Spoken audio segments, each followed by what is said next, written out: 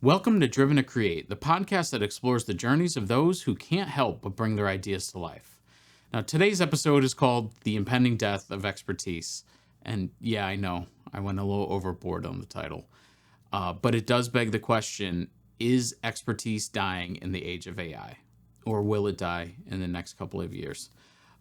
With Google, OpenAI, Microsoft, Meta going on hiring sprees right now for AI talent, it's going to leave a vacuum elsewhere, probably, for companies that need the most. And I think that's going to flow into other professions sooner rather than later. So let's dig into it and hopefully figure out some solutions on how to mitigate our own risk.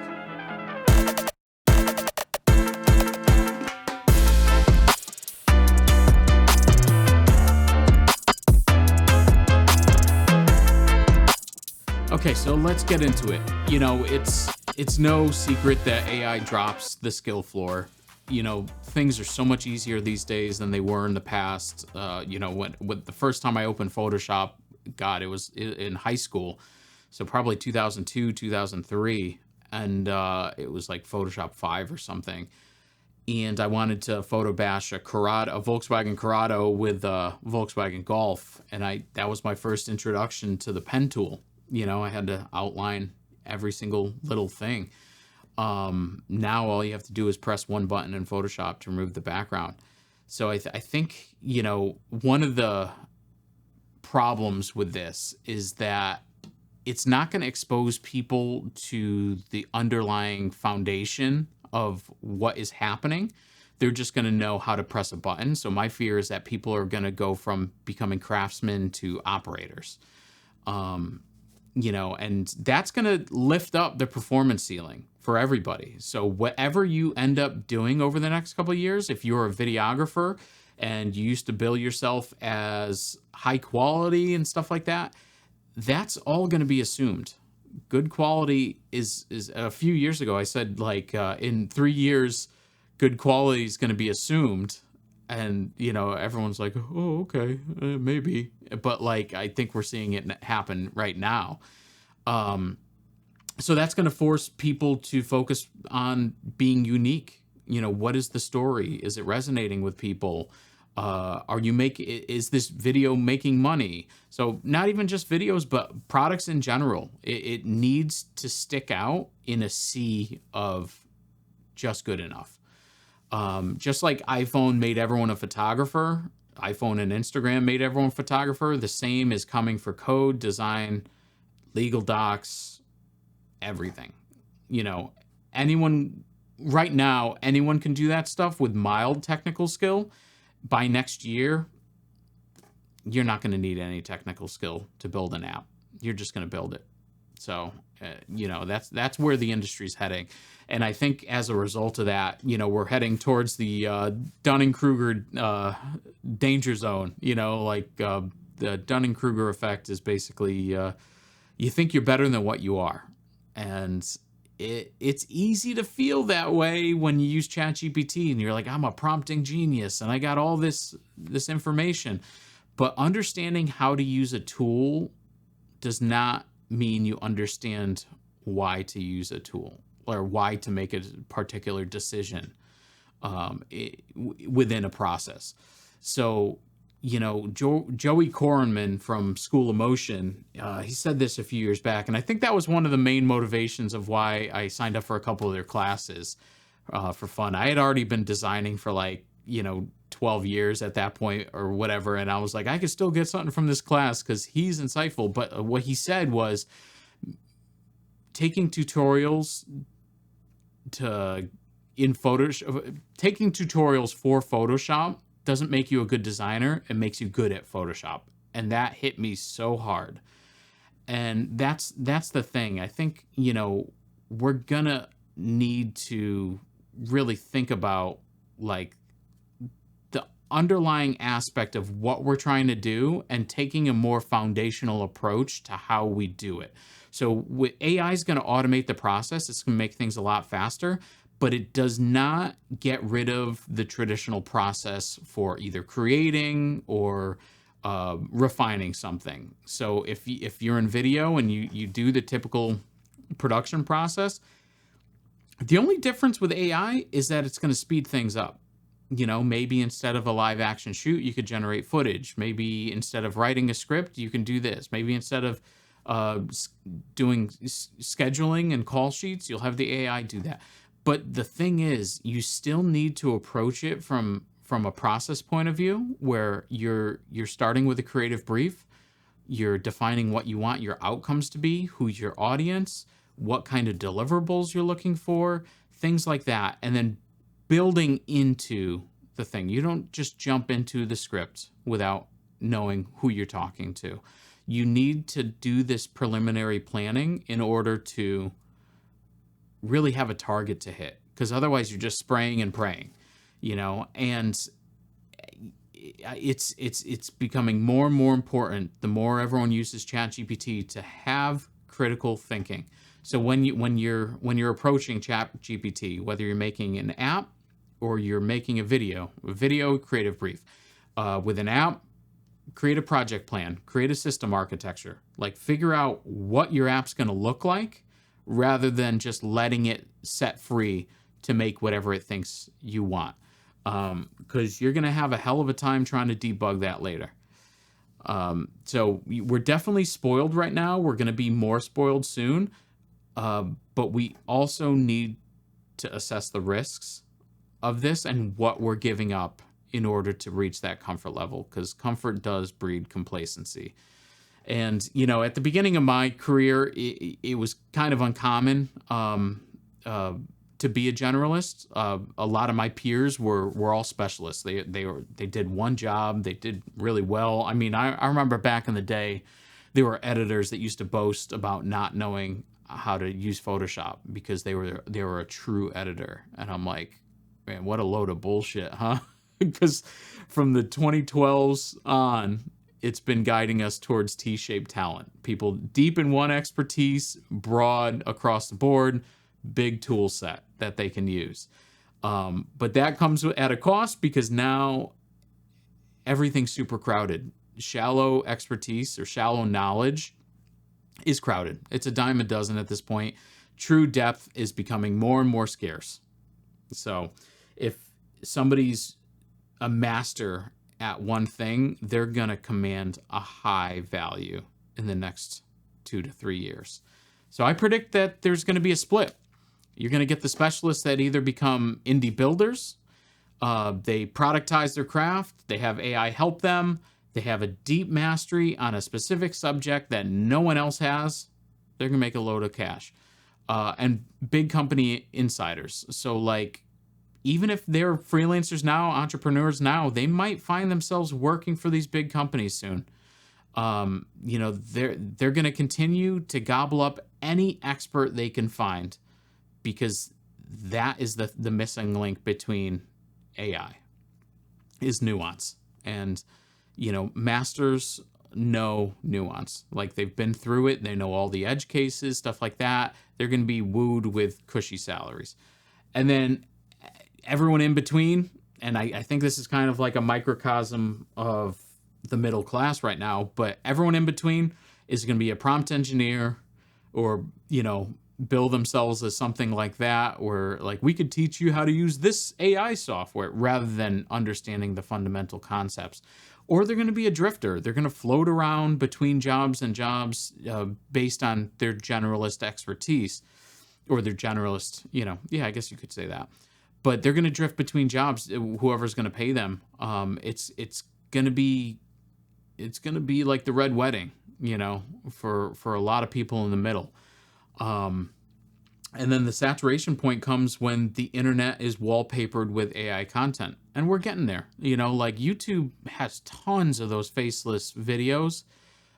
It's all AI voices, because I work with those AI voices. I know which ones are which. I'm like, oh, that's Bob, or whatever. But so in a sea of infinite good enough content, the people that really stick out are the ones that have a unique point of view. The people that are driven by the why, why something's done a specific way, why this, why that. they need to cut through the noise. And, there's, as these companies, and I don't know if they're aware that they're going to be doing this or not, but by them gobbling up all the experts, they're going to create this huge expertise gap between large companies and small companies.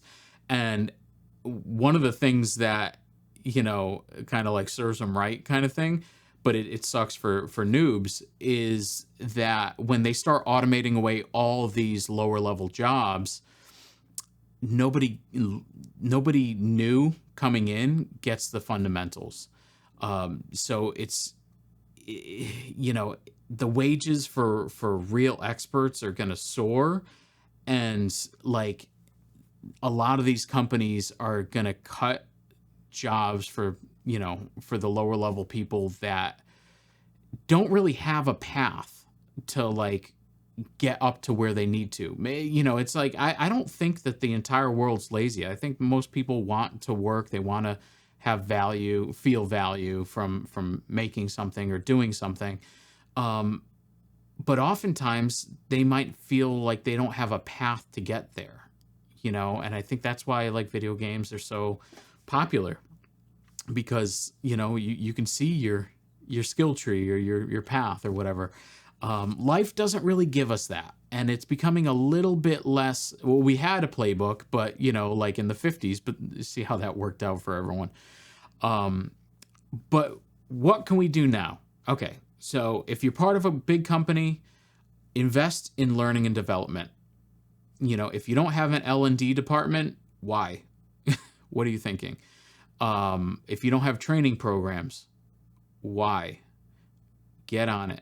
And I'm not talking about like training programs from the 70s about not to sexually harass your coworkers. I'm talking about create a guided path for somebody to reach a certain level of expertise in a certain subject.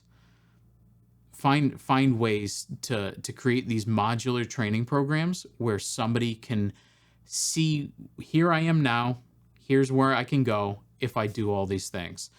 And definitely nurture new talent, like right out of college, and create paid apprenticeships and internships, stuff like that. And pair them with the oldest, most crotchety, most talented person in the business, like somebody who nobody wants to talk to because they're so good, they're afraid of feeling dumb. Put that college talent with that person. They're going to learn so much. And, definitely curate your own knowledge bases. Like any edge cases that come up in your business processes, write that down. Something that's like, oh, this weird problem came up and we had to do this funky thing that's kind of hacky, but it worked. Write that down. Eventually, you're going to need it when AI has all the general answers, but you need specific targeted answers that is relevant to your business. That is data you can use. For individuals, if companies are doubling down on, documenting the nuance, we need to triple down on it. So AI can't do that. So whatever your secret sauce is, write it down. Every seemingly stupid workflow thing that you do, how you organize things, write it down. And I think the future is heading towards smaller communities, like whether online or in person. I think large communities are great of getting an exposure to a diversity of ideas, but it doesn't necessarily give you targeted answers towards specific problems. So I think these small communities are really where the secret sauce is going to lie. And it might kind of mimic some of that mentorship that we've had in the past from other experts, in person, back in the day.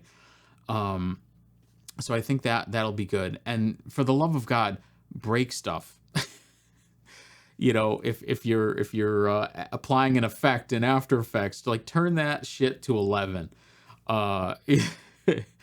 That's a Spinal Tap reference, by the way. It goes to 11. But learn the limits of what it is and then dial back. Go until it breaks and then bring it back AI is never going to do that. It's never going to take the same type of risk that humans will. So take advantage of that. Take advantage of your craziness, and then tweak. But and then other than that, mentor and publish, like kind of what I'm doing now. Who knows how many people are going to watch this or read the blog article that I'm reading or writing. But it helps me solidify my own expertise or knowledge. It pushes me to like rethink, like, how strongly do I feel on this subject? And as a result, it does build reputation. Even if somebody disagrees with you and you thinks you're full of shit, like, Merry Christmas, that's fine. Let's have a conversation so we both can learn. That's the most important part. It's not for ego. This isn't for me being on camera. I have gray hair now, sucks, but it's what we do. It's not for ego. It's for the continuous improvement. So,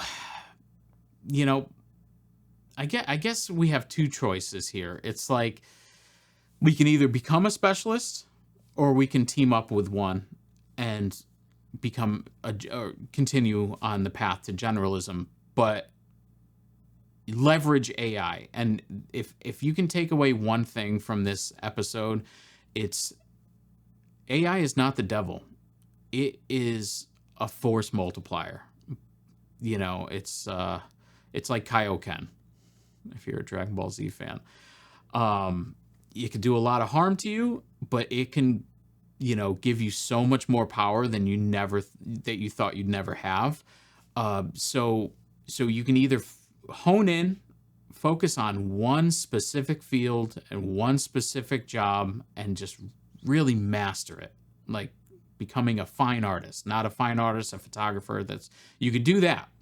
Or you can team up with somebody who has that deep expertise and continuing to leverage your own skills and AI to create with them. And one thing to take away too is that tool mastery does not equal craft mastery. Just because you're good at Photoshop does not make you good at a craft. And I remind myself of this all the time. And, if you're not learning every day, you're doing something wrong. I'm learning right now. But it's craft mastery is what we're seeking. So I think this was an interesting episode. I hope it comes off positive because I am positive for the future. All this happens, if expertise dies, it's because of neglect and greed. So we need to make a conscious effort to always push ourselves to find the best outcome, and just, keep creating. So like, comment, subscribe, write me a letter, write me an angry letter, anything. It doesn't matter. I have no ego. I just want to learn more and I want to hear other people's stories. So until next time, this is Driven to Create.